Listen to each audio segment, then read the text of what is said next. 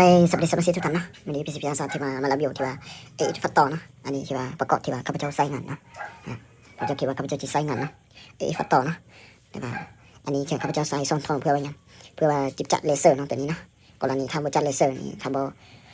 จับเลเซอร์นี่จะใส่ตัวนี้นะถ้ากรณีว่าใส่เลเซอร์นี่จะเอาตัวนี้นะอันนี้มันจะมีข้อหลังข้าพเจ้าเห็น2 ทองนะเพื่อว่าจะจัดเลเซอร์วันนี้นะอันนี้จะเป็นที่ว่าทางคำบอก 0.5 เนาะเป็นเก็บเสียง US ของเงี้ยเข้ามา 98% เนาะเก็บเสียงนี่ที่ว่าเก็บเสียงที่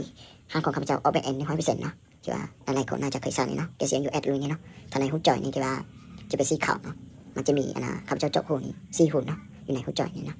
4 หู3 หูเนาะวางลงเนาะ3 หูเนาะ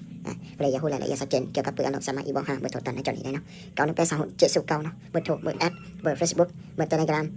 เบอร์ซาลงเมนเบอร์เดียวนี้เนาะระหว่างช่องทางการติดต่อนี้มันจะอยู่ใต้คลิปวิดีโอนี้เนาะมันจะมีไลน์ช่องทางการติดต่อเนาะผู้ใดสะดวกท่านใดสามารถท่านนั้นเนาะประมาณนี้เนาะอันนี้จะเป็นที่ว่า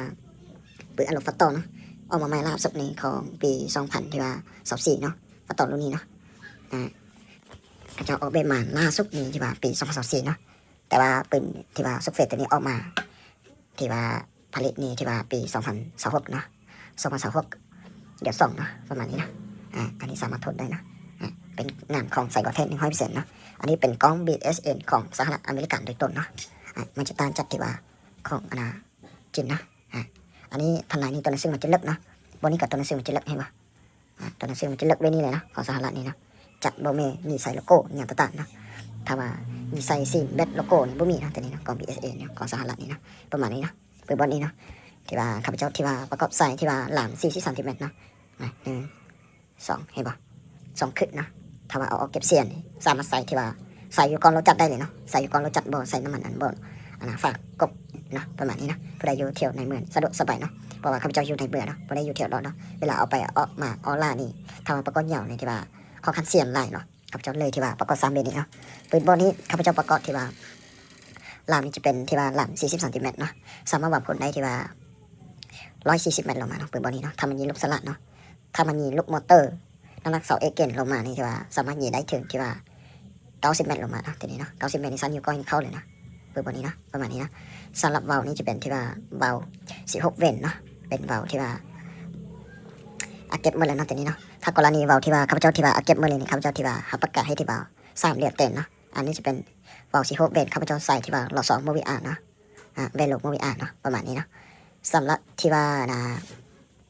เฟนตัวนี้มันสามารถอัดได้ถึง 2,500 APM นะ2,500 APM นะจัดบอกให้สุกเกินอีกนะข้าพเจ้าตั้งลงให้ที่ว่า12เนาะเห็นไหมข้าพเจ้าตั้งลงให้12นะ12 APM นะ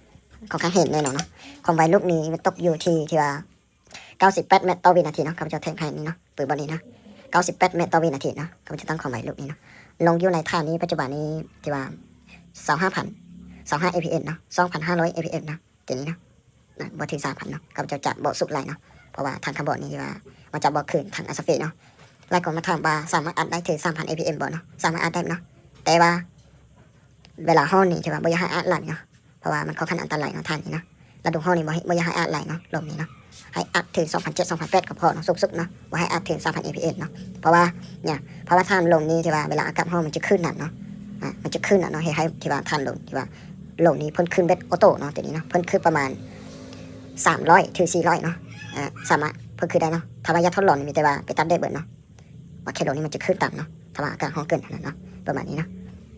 ฟัตต่อนี่จะเป็นที่ว่าประมาณนี้เนี่ยเนาะลอซอนี่จะเป็นลอซอเปียโนเนาะเป็นลอซอเปียโนเนาะสำหรับด็อกวาลนี่กะที่ว่าด็อกวาลที่ว่าตัวดีตัวเท่เนาะสำหรับลอซอวาลกับลอซอข้อนี่ข้าพเจ้าที่ว่าซื้อนะฮะของข้าพเจ้านี่ข้าพเจ้ารับประกันให้1 ปีเต็มเลยเนาะเพราะว่าข้าพเจ้าจะกล้ารับประกันเนาะเพราะว่าลอซอของข้าพเจ้านี่เป็นที่ว่าลอซอเปียโนเนาะลอซอเปียโนเนาะไล่ทางที่ว่าเคยใส่นะจากฮู้ดีเนาะลอซอของข้าพเจ้านี่เนาะเป็นอย่างที่กล้ารับประกัน1 ปีเนาะเพราะมันตัวดีตัวแท้เนาะสามารถรับประกันให้เลยเนาะ1 ปีเต็มเนาะถ้าว่ากรณีมีปัญหาอย่างสามารถตีกลับได้100%เนาะลอซอนี่เนาะลอซอบอจะเป็นลอซอวาลลอซอข้อเนาะ2 อย่างนี้เนาะสำหรับก้อนนี้ที่ว่าข้าพเจ้าที่ว่ารับประกัน6 เดือนเต็มของสหรัฐนี่เนาะเพราะว่าทางบริษัทข้าพเจ้ารับประกันให้ข้าพเจ้าที่ว่า6 เดือนเต็มข้าพเจ้าก็เลยรับประกันให้ตังบริษัทเลยเนาะอันนี้จะเป็นที่ว่าข้าพเจ้าหนักเข้านี่มีแต่ทางกล้องเฟนี่ที่ว่าออเบเอ็นเนาะสำหรับที่ว่าวาลนี่กับที่ว่าออเบเอ็นเนาะมาเคนลงนี่ที่ว่าข้าพเจ้าหนักเข้าเนาะข้าพเจ้าสามารถที่ว่าออเบได้นะครบหลังเก็บเสียนหลังข้าพเจ้าออเบเนาะลอซอเนาะลอซอเปียโนเนาะ ตัวเราสองมูวีอาร์นี่ก็ข้าพเจ้านำเข้าคือกันนะเราสอบเปียโนเราสอบเปียโนระหว่างเราสองมูวีอาร์นี่ที่ว่าค่อนข้างราคาสูงเนาะน่าจะพูดดีเนาะหลายๆท่านที่ว่าเคยซื้อหรือเคยใส่เนาะที่ว่าคุณภาพสูงกว่าเนาะประมาณนี้เนาะก้อนที่ว่า BSA นี่สามารถส่งได้ถึง446คูณ444 AFP เนาะ